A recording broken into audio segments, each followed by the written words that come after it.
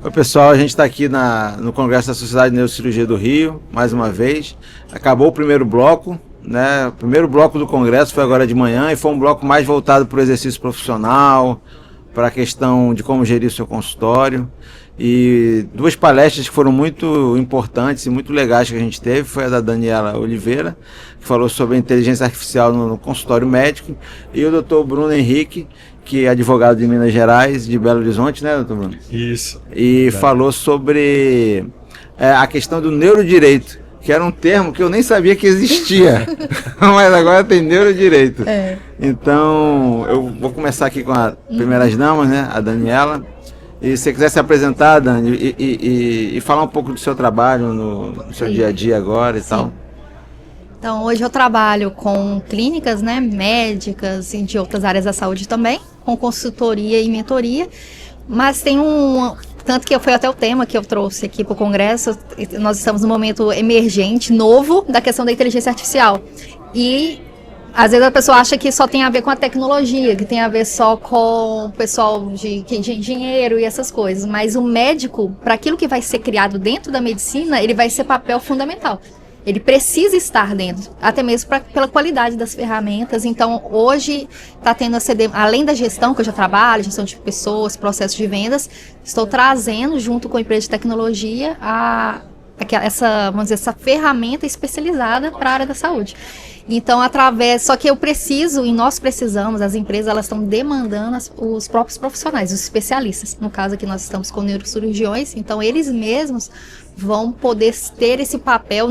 Eu acho que muitos não sabem ainda, né, que tem essa oportunidade de atuação, até mesmo ser remunerado muito bem por isso, para criar esses tipos de ferramentas. Então, eu trouxe esses insights de forma breve aqui, para a gente poder aplicar e crescer, né, tanto na qualidade do atendimento, a experiência do paciente, e também no aumento ali do faturamento para a clínica, né, para poder alcançar cada vez mais pacientes também. Muito bom. E você falou das coisas boas da inteligência artificial, né? Sim. E o Bruno falou, acho que das coisas que a gente tem que tomar cuidado da inteligência artificial, né? Porque ela tem coisa boa e coisa ruim também.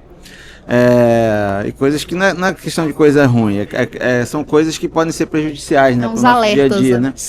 Agora, uma coisa que eu ia fazer a pergunta lá, não deu tempo para fazer, eu estou aproveitando para fazer aqui. Hoje em dia, primeiro eu quero que você se apresente, né? E também responda a pergunta no sentido de que hoje em dia a gente vê muita interferência da inteligência artificial nas operadoras, a operadora de saúde usando a inteligência artificial para restringir a autonomia do médico, como se aquilo fosse uma verdade absoluta, porque a inteligência artificial está falando. E um termo que você usou lá foi a transparência algorítmica, né? Isso. A transparência do algoritmo, alguma coisa desse sentido. Isso. Não existe transparência nenhuma. Da mesma forma, o médico não pode usar a inteligência artificial para indicar uma cirurgia.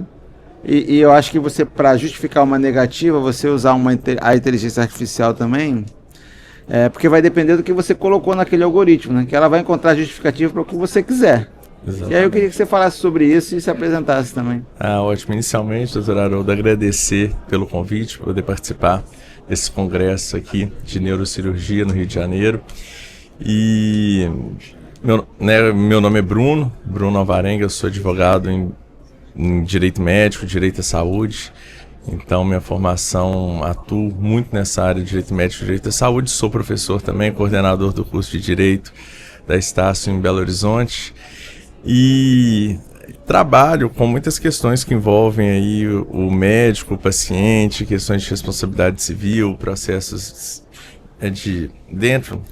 processos judiciais, sindicâncias, e dentro do próprio conselho, os processos éticos, né, os procedimentos éticos. E aí, como eu também estou dentro da academia, estou dentro da faculdade, eu sempre tento trabalhar com alguns temas como esse, dos neurodireitos, que o senhor falou que nunca tinha ouvido falar. Realmente é um termo recente. Se a gente for pensar, esse termo, ele surgiu, foi cunhado aí em 2017, então a partir daí passou-se a utilizar esse termo neurodireitos. E a ideia é justamente essa, proteger esses dados neurais, proteger essas questões em que nós temos nossos dados expostos a todo momento. Então, CPF, endereço, isso aí não é segredo para ninguém, todo mundo sabe, nossos dados são expostos e hoje nós temos alguns equipamentos que conseguem captar nossos dados neurais. Então, como que esses dados são armazenados, como que eles ficam armazenados, quais são os riscos do vazamento. E aí entra no ponto que o senhor colocou, né? A Daniela trouxe para a gente alguns pontos positivos da utilização da inteligência artificial, não que não haja, e eu acho que a inteligência artificial tem muito mais a acrescentar do que trazer prejuízo, mas a gente também tem que sempre trazer aqui os riscos e os prejuízos da utilização dessas tecnologias. Quando a gente fala dessa utilização, o senhor trouxe um exemplo bem claro aqui, bem importante, quanto à utilização das operadoras, a gente percebe exatamente isso, né? Que às vezes a inteligência artificial ela é utilizada de forma a prejudicar. E por isso que quando eu trouxe hoje o tema e esse debate sobre neurodireitos e inteligência artificial, eu falei da importância da regulamentação e nós estamos seguindo um caminho de regulamentação, tanto é que o Código Civil está no Congresso para ser votado pelo Senado, ele traz ali um capítulo de direitos digitais, ele vai incluir a proteção aos neurodireitos, o que no mundo nós só temos o Chile, por exemplo, que tem uma legislação mesmo, na Constituição do Chile a gente tem essa alteração. Temos uma proposta no Brasil de uma PEC, a PEC 29 de 2023, justamente para poder trazer essa questão. E aí a gente entra, né, já entrando na sua questão, do algoritmo e de a proteção que a Constituição, essa proposta de emenda à Constituição traz é exatamente isso, de se buscar ali criar formas ou impedir formas de discriminações de algoritmos que vão criar vieses ali e algoritmos que passem a discriminar, ou no caso aqui das operadoras, ou simplesmente negar tudo sem ter ali a participação de médicos, sem ter a participação efetivamente de quem deva analisar aquela situação. Não.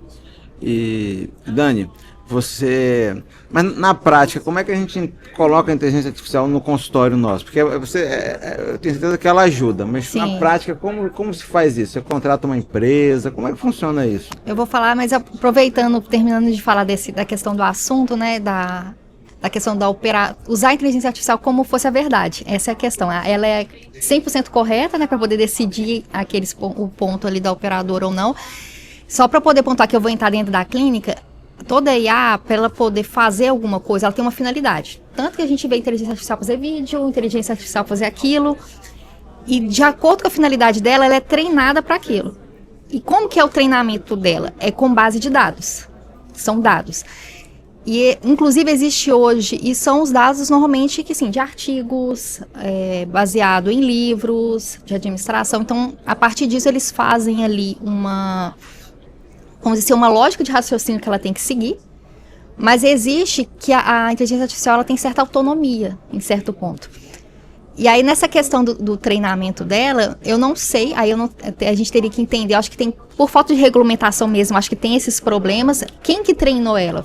Teve uma atuação direta, por exemplo, no caso, vamos dizer, de cirurgia, da neurocirurgia. Teve uma atuação direta de um comitê, por exemplo, de uma comissão na produção para ela decidir sim ou não? Como que foi essa construção? Que eu acho que isso não está claro para vocês. Não está, né? Só chegou assim, ela que vai decidir. Acredito que foi bem assim. Mas então geralmente chega o parecer e você percebe que ele é feito por inteligência artificial. Segue um padrão. Segue um padrão muito de espero que você esteja bem. Essas coisas assim. Inclusive, que ele falou ali de viés. Então, assim, ela pode seguir uma tendência de acordo com base nos dados que ela apresentou. Igual, tem algumas ferramentas de inteligência artificial que usa dados. Esse é um problema, que é os dados sensíveis, né, das pessoas para poder usar como decisão para alguma coisa.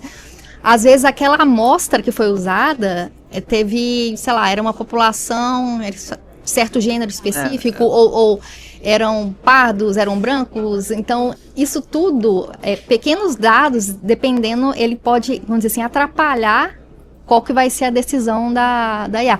E, inclusive, hoje eu conheço uma empresa, até em São Paulo, eles produzem dados artificiais. Agora existe empresa disso, porque os dados que a gente treina a IA é o que está na web. praticamente, artigo, para ela estuda, vamos dizer assim. E agora tem empresa, para não ter problema de, entre aspas, né, não ter problema de viés ou de tendência ou questão de privacidade, ele falou muito na palestra dele, porque tá pegando dado, mas quem disse que eu quero que o meu dado seja usado para aquilo? Quem falou que ia ser usado um dia? Que base de dados tem essa autorização?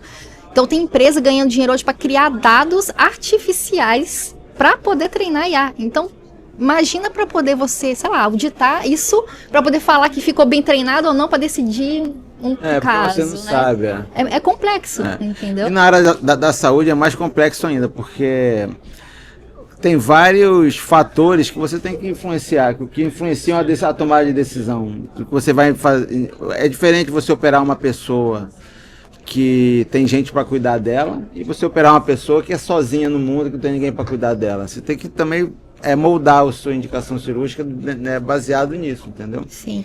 Então, assim, na clínica, só para poder apontar, na clínica hoje o que o pessoal está mais usando é a parte do atendimento ali do WhatsApp, é o básico, vamos dizer assim.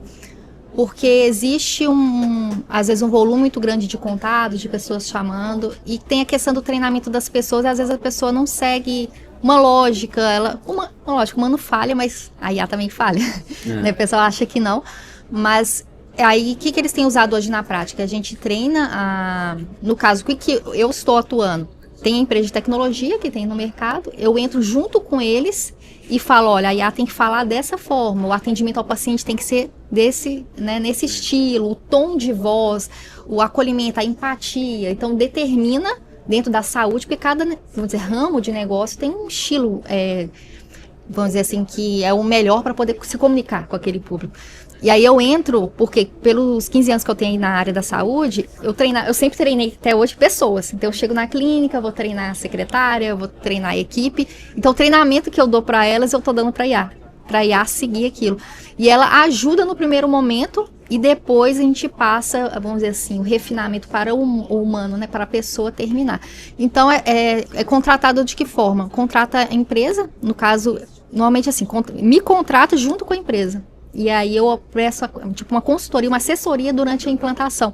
Porque a gente tem visto clínicas já utilizando inteligência artificial, só que com o grande problema de ela ter erros simples de atendimento. Por exemplo, para mim, eu acho importante, não só na saúde, perguntar o nome da pessoa no início. Sim. Então, eu já peguei clínicas grandes de renome, que o atendimento dela, ela foi conversando comigo, aí eu falando, eu penso no nome que eu sei. Mas o paciente não sabe que é IA? É muito comum não saber, porque ela... E aí entra outra questão. Eu posso não falar que é IA, juridicamente? Entendeu? Porque eu já vi caso de que o médico quis fingir que...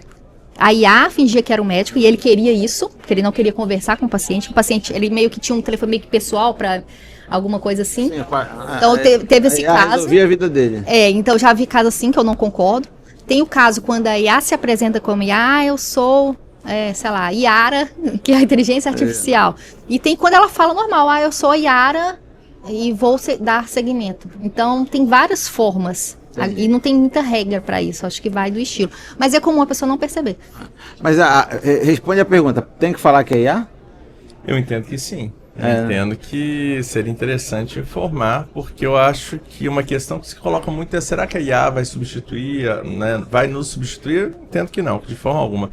A IA ela vai substituir algumas tarefas ali mais repetitivas, maçantes, algumas coisas que não dependem tanto da nossa criatividade, mas eu entendo que a sensibilidade, a criatividade só nós, seres humanos, temos. Então, por mais que se treine uma IA, ela não vai conseguir desenvolver a nossa criatividade, a nossa sensibilidade. Então, toda vez que é utilizado esse tipo de tecnologia, eu entendo que tem que ser informado sim. Tem uma discussão muito grande, porque o pessoal de TI, eles falam, não coloca porque converte mais. Aí vem o interesse econômico em cima, acima da ética, acima... Então, é uma discussão hoje, de usar ou não. Entra nesse debate ético, e é um ponto que a gente tem que tomar muito cuidado. Por isso que o direito vem, né? E o direito como uma ciência social aplicada, ela acaba vindo aí a reboque também. Porque a gente precisa do fenômeno social acontecer para o direito vir. E já tem demanda disso? E regulamentar. Para o direito? Já tem algumas funções que envolvem isso. Já tem algumas funções, sim. Mas falta muita coisa para ser regulamentada, né? Sim. Muito. Mas eu acho que uma aplicação muito grande, porque assim, a indústria da saúde ela é muito poderosa, né? Em todos os sentidos, né? E isso aqui realmente, agora eu não estou com o smartwatch, né? Mas isso aqui realmente coleta dados da gente o tempo todo. Inteiro. E eu fico pensando se isso não vai, por exemplo, segregar o paciente que vai cobrar mais caro para um plano de saúde para um determinado paciente, né? Qual é a lógica disso? Qual é a ética disso? E é tudo baseado em estatística, né?